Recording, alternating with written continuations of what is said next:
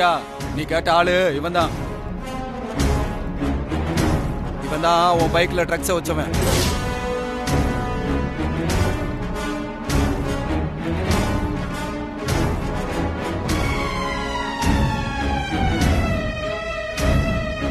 இவனா? இவன் பெரிய ட்ரக்ஸ் சப்ளையர் ஆச்சே. இவனை தான் நாங்க ரொம்ப வருஷமா தேடிக்கிட்டு இருக்கோம். இவன் எப்படி கிடைச்சான்?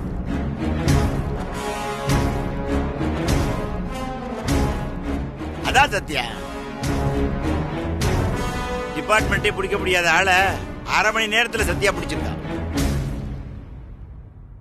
அப்படிப்பட்ட பொண்ண கிரிமினல் மாதிரி நடத்திருக்கீங்க. நான்சென்ஸ்.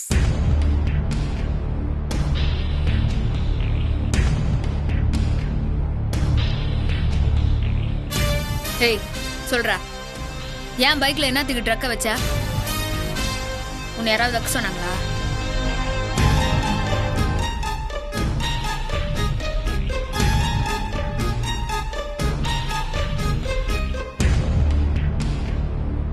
டேய், மரியாதையை சொல்றா. நிரபராதி சத்யாவை அக்யூஸ்ட் ஆக்கினவனை சும்மா விடக்கூடாது. நல்ல விசாரிங்க வர. சரிங்க சார். டேய் சொல்றா, ட்ரக்ஸ் எதுக்கடா வச்ச? டேய் சொல்ல போறியா இல்ல உன்னை அடிச்சு கொன்றுவேன். ட்ரக்ஸை யாரா வைக்க சொன்னது? சொல்றேன் சார்.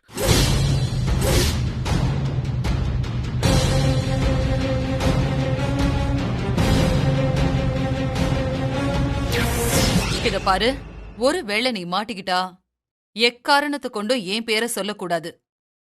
அப்படி நீ என்ன மாட்டி விடாம இருந்தா உன் லைஃப் செட்டில் ஆக உனக்கு எவ்வளவு பணம் வேணுமோ அத மொத்தமா நான் உனக்கு கொடுத்துடுறேன்.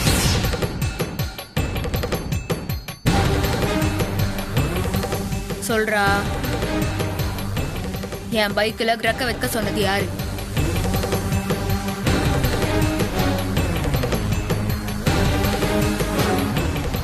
டேய் என்னடா யோசிக்கிற? வாய் திறந்து சொல்றா. யார் சொல்லி வச்ச? சொல்றா. யார் சொல்லி நான் வைக்கல சார், நானா தான் வச்சேன்.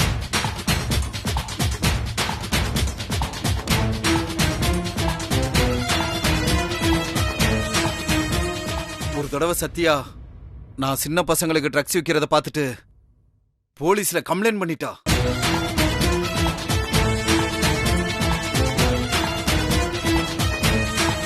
எல்லாரையும் அரெஸ்ட் பண்ணி போலீஸ் அடி வெளுத்துட்டாங்க. அதுக்கு பழிவாங்க தான் அவ பைக்ல ட்ரக்ஸ வச்சு போலீஸுக்கு தகவல் சொன்ன.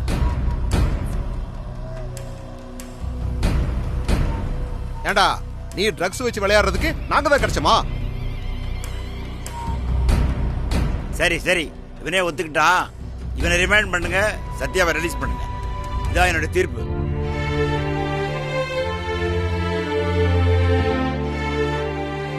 ரொம்ப நன்றிப்பா. நான் இதை செய்யலன்னு அப்பவே உங்களாண்ட சொன்னேன். ஆனா இந்த எஸ்ஐ தான் கேட்கவே இல்லை. என் புருஷன், என் அத்தை இவங்களாம் முன்னாடி எனக்கு ரொம்ப அவமானமா போச்சு.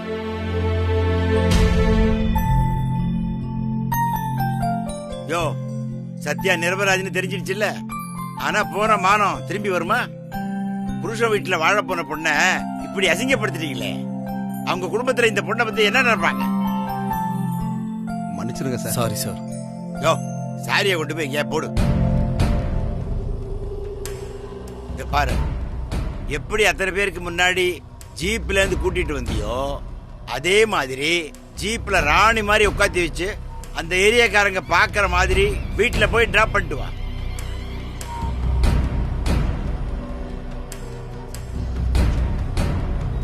யோ, அதான் ஐயா சொல்லிட்டாருல, அவர் தீர்ப்புக்கு அப்ஜெக்ஷனே கிடையாது. சத்யா வீட்டுல போய் விட்டுட்டு வரலாம். யோ கான்ஸ்டபிள் சார், இவனை தூக்கி உள்ள போட்டு சத்யா கிட்ட ஒரு கம்ப்ளைண்ட் எழுதி வாங்கி. Okay sir. ஏய் வாடா. ஐயா போலாங்க ஐயா.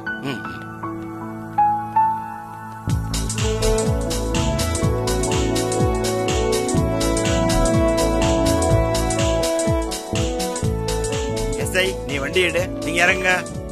நீங்க 2 பேரும் பாதுகாப்புக்கு போங்க. Okay sir. Okay sir. Sathya, நீ முன்னாடி போய் உட்காருமா. நான் வேணா உன் வீடு வரைக்கும் வரட்டுமா? ஐயோ வானம்பா, வீட்டுல எல்லாரும் அப்செட்டா இருப்பாங்க.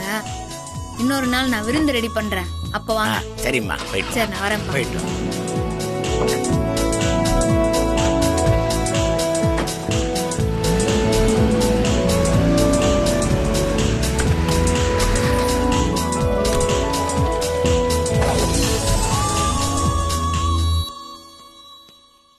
மேடம், கேக்க ஆர்டர் பண்ணியிருந்தீங்க. கேக்கா? Thank you madam. ஓகே.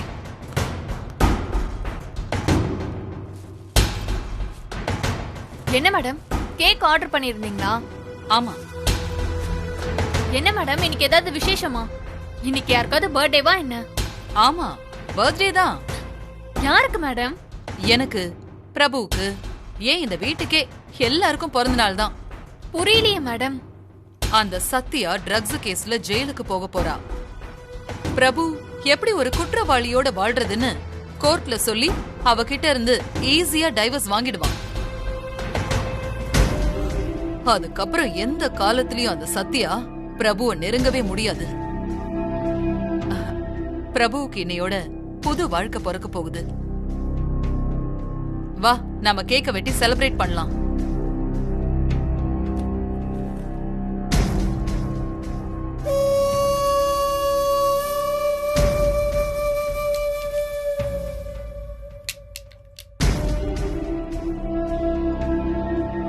என்ன மேடம், ஸ்லிப் ஆகுது? சகுனமே சரியில்லையே. ஒருவேளை சத்யா தப்பிச்சிருவாளோ? வாய மூடு. இந்த தேவிகா ஸ்கெட்ச் போட்டா யாரும் தப்பிக்க முடியாது.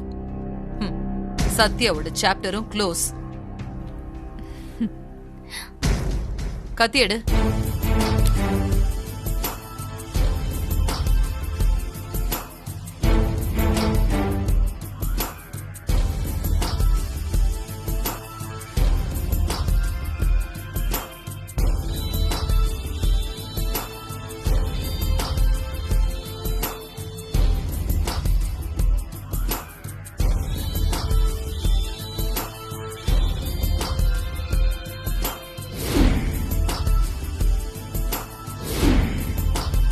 என்ன தைரியம் இருந்தா அவ போட்டோவை நம்ம வீட்ல மாட்டிருப்பா?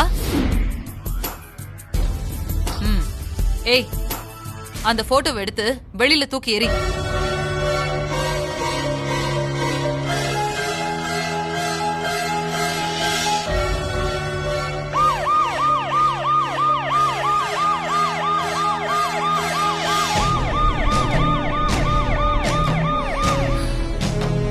மேடம், அவ போட்டோல கை வச்சா சைரன் சத்தம் கேக்குது. ஹே, அது அவளுக்கு ஊத போற சங்கு சத்தம்.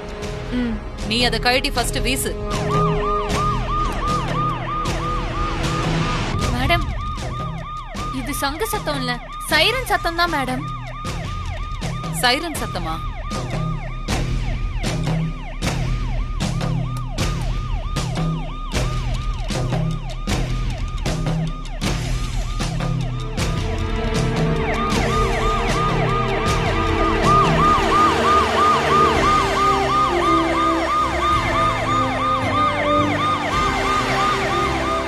போலீஸா?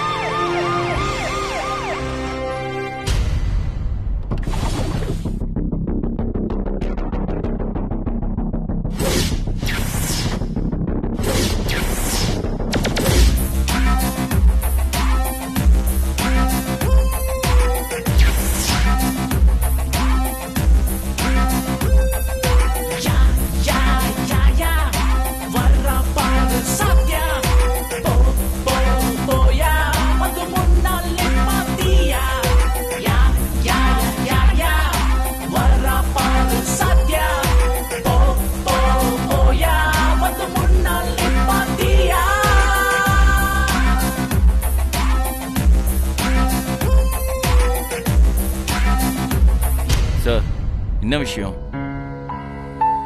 சார், எங்களுக்கு வந்தது ராங்கான இன்ஃபர்மேஷன். இவங்களை தப்பா அரெஸ்ட் பண்ணிட்டோம்.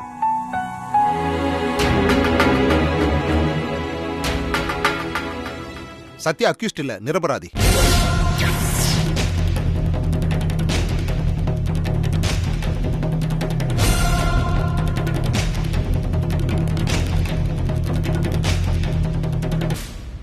பைக்கில் இருந்த ட்ரக்ஸ் சத்யாவோடது இல்ல.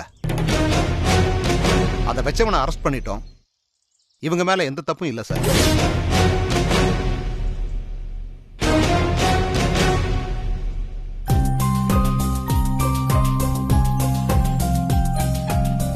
என்ன சார், இததான் நானும் ஸ்டேஷன்ல வந்து சொன்னேன். ஆனா இப்படிதான் கேட்காம எங்களை துரத்தி விட்டேன். சாரி சார், மிஸ்டேக் நடந்துருச்சு. எங்க மேலதான் தப்பு. ஆனா அதையெல்லாம் மனசுல வச்சுக்காம சத்யா எங்க உயிரையே காப்பாத்திருக்காங்க. பெரிய ரவுடி கும்பல் வெப்பன்ஸோட ஸ்டேஷனை அட்டாக் பண்ண வந்தப்போ துணிச்சலா அவங்கள அடிச்சு போட்டு எங்களை காப்பாத்திட்டாங்க. எங்க ஸ்டேஷனோட கௌரவத்தையும் சத்யா தான் காப்பாத்தினாங்க.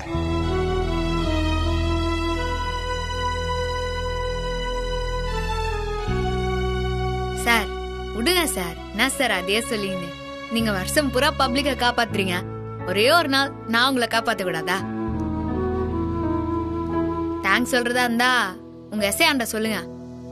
அவர் மட்டும் என்ன தப்பா அரெஸ்ட் பண்ணலனா உங்களை காப்பாத்துற சான்ஸ் எனக்கு கிடைச்சிருக்குமா?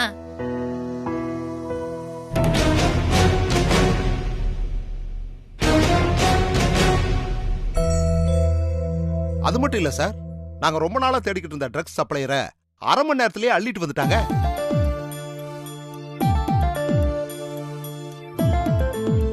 சத்யா மட்டும் போலீஸ்ல இருந்திருந்தா சிட்டில அடிதடி ரவுடிசம் போதை பொருள்னு எதுவுமே இருந்திருக்காது.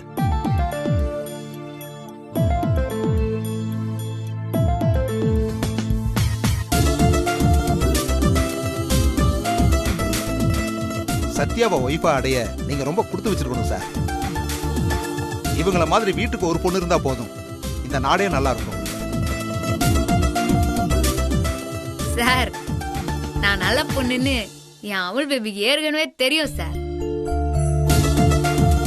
நான் அவள் பேபி.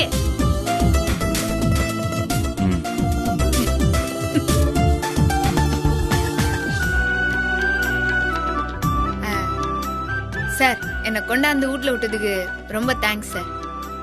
நீங்களா போயிட்டோம். அது எப்படிமா போறது? நீ தேங்க்ஸ் சொல்லிட்ட, நாங்களாம் உனக்கு தேங்க்ஸ் சொல்ல வேண்டாமா? யோ எல்லாரும் வாங்க, சத்யாவுக்கு ஒரு சல்யூட் அடிப்போம். ஐயோ சார். அத்தா இருங்க, எங்க போறீங்க? நந்த எல்லாத்துக்கும் நீங்க தானே காரணம்.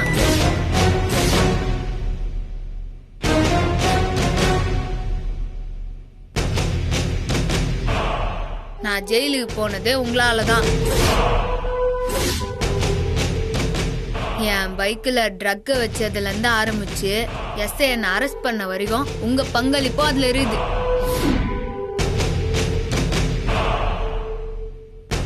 என்ன சத்யா, என்ன சொல்ற? இதுல சித்திக்கு என்ன சம்பந்தம் இருக்கு? நிச்சயமா இருக்குது அமல் பேபி. அத்தைக்கு நெஞ்சு வலி வந்து என்ன கூப்பிட்டதுனால தானே நான் கிளம்புனா. என்ன எஸ்ஐ அரெஸ்ட் பண்ணாரு, நான் போலீஸுங்களை காப்பாத்தினா, அந்த ட்ரக் பார்ட்டிய புடிச்சோம். அதுக்கப்புறம் உங்க எல்லாரும் முன்னாடியும் நான் நிரபராதின்னு ஊருக்கே தெரிஞ்சது. இதெல்லாம் ஆரம்பிச்சு வச்சது அத்தை தானே. போலீஸுங்க எனக்கு சல்யூட் அடிக்கிறத அத்தை பார்க்க வேணாமா அவள் பேபி? பாவம், அவங்க போலீஸ் அரெஸ்ட் பண்ணி கூட்டின்னு போகும்போது எப்படி அழுதாங்க தெரியுமா? ஆமா, அப்போ அத்தை முன்னாடியே போலீஸுங்க எனக்கு மரியாதை செஞ்சாதானே அவங்க மனசும் ஹாப்பியா இருக்கும். என்னத்தா? ஆமா ஆமா.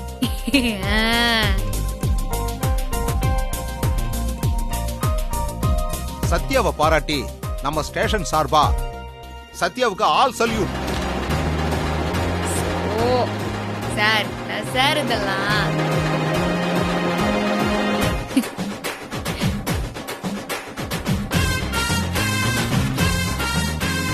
சார், சத்யாக்கு நீங்க பண்ணது பெரிய கௌரவம். ரொம்ப தேங்க்ஸ். அதுல எங்களுக்கு தான் சார் பெருமை. Sathya, if you don't mind, உங்க கூட ஒரு போட்டோ எடுத்துக்கலாமா? சார் என்ன சார் இதெல்லாம்? தாராளமா சார். வாங்க. இருங்க இருங்க அத்தா, ஒரு போட்டோ பூச்சி கொடுங்களா? இந்தாங்க.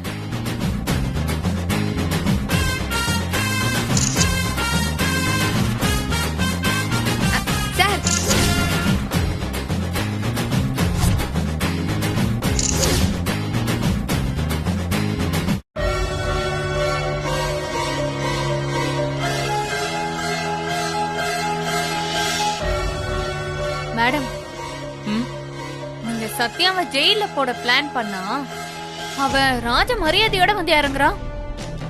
எந்த போலீஸ வச்சு அடிக்க பாத்தீங்களோ அதே போலீஸ் அவ சல்யூட் அடிக்க வச்சுட்டா மேடம். எனக்கு என்னமோ உங்க பிளான் அவகிட்ட பலிக்காதுன்னு நினைக்கிறேன் மேடம். வாய மூடு. என்ன அவளுக்கு சப்போர்ட் பண்ணி பேசிட்டு இருக்க? மேடம் உங்க USA plan, divorce plan, drugs case எல்லாமே ரிவர்ஸ் ஆயிடுச்சு. அதனாலதான் மேடம் சொன்னேன். இது வரைக்கும் என்கிட்ட இருந்து தப்பிச்சிட்டா. ஆனா இதுக்கப்புறம் என்னோட அடுத்த மூவ்ல அவ சிக்கித்தான் ஆகணும். எப்படி மேடம்? நம்ம சத்யா மேல பிரபு சாருக்கு அனுதாபம் வந்துருச்சு. போதாத குறைக்கி தூக்கத்துல நடக்கிற வியாதின்னு சொல்லி அவர் பெட்ரூம்லயே போய் படுத்துக்கிறான். ஆமாமா, இப்படியே போச்சுன்னு வெச்சுக்கோ, நிரந்தரமா அவ பிரபு ரூம்லயே தங்கிடுவா. பஞ்சையும் நெருப்பையும் நெருங்கவே விடக்கூடாது. அத முதல்ல தடுக்கணும். இப்போ என்ன பண்ண போறீங்க மேடம்? பிரபு சார் ரூம் பக்கத்துல காவல் காக்க போறீங்களா? பொறி வைக்க போறேன். புரியலையே மேடம். காலையில உனக்கு புரியும். Wait and watch.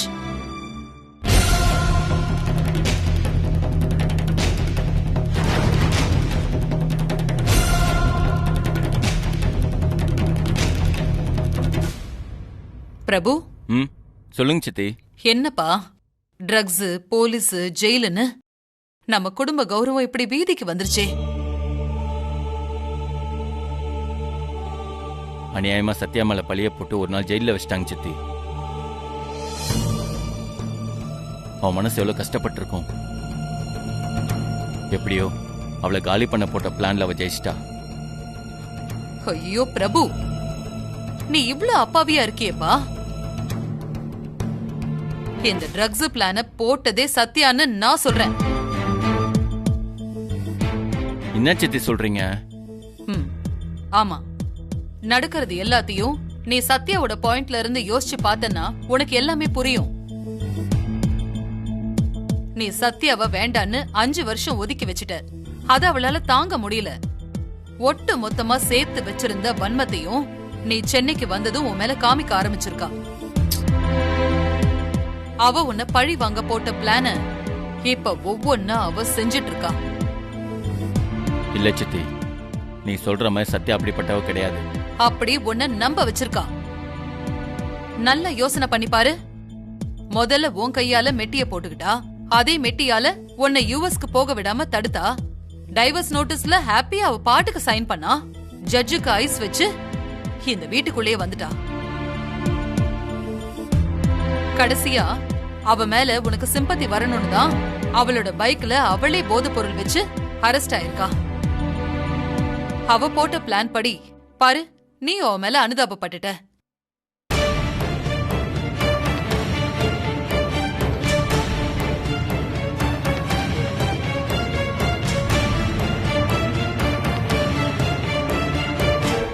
பிரபு, சத்யா நல்லா பிளான் பண்ணி உன்னை டார்ச்சர் பண்ண ஆரம்பிச்சிட்டா.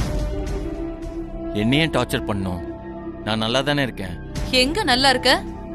நீ மும்பைல வாழ்ந்தப்ப இருந்த சந்தோஷம் நீ சென்னையில வாழ்றப்ப இருக்கா? இல்ல நீ நிம்மதியா தான் இருக்கியா பிரபு?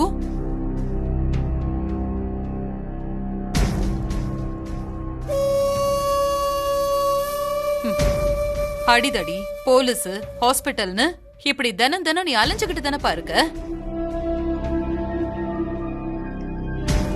பிரபு, இப்போவாவது சத்யாவை புரிஞ்சுக்கோ. இது எல்லாமே அவளோட பிளான். கோர்ட் மூலமா இந்த வீட்டுக்குள்ள வந்தவ தூக்கத்துல நடக்கிற வியாதின்னு சொல்லி உன் ரூமுக்குள்ளேயே வந்துட்டா. அவ சொல்றது எல்லாமே போய். சரி, எனக்கு ஒன்னு சொல்லு. இத்தனை ரூம் நம்ம வீட்ல இருக்கே, அது எப்படி கரெக்டா ஊர் ரூமுக்கு வந்தா?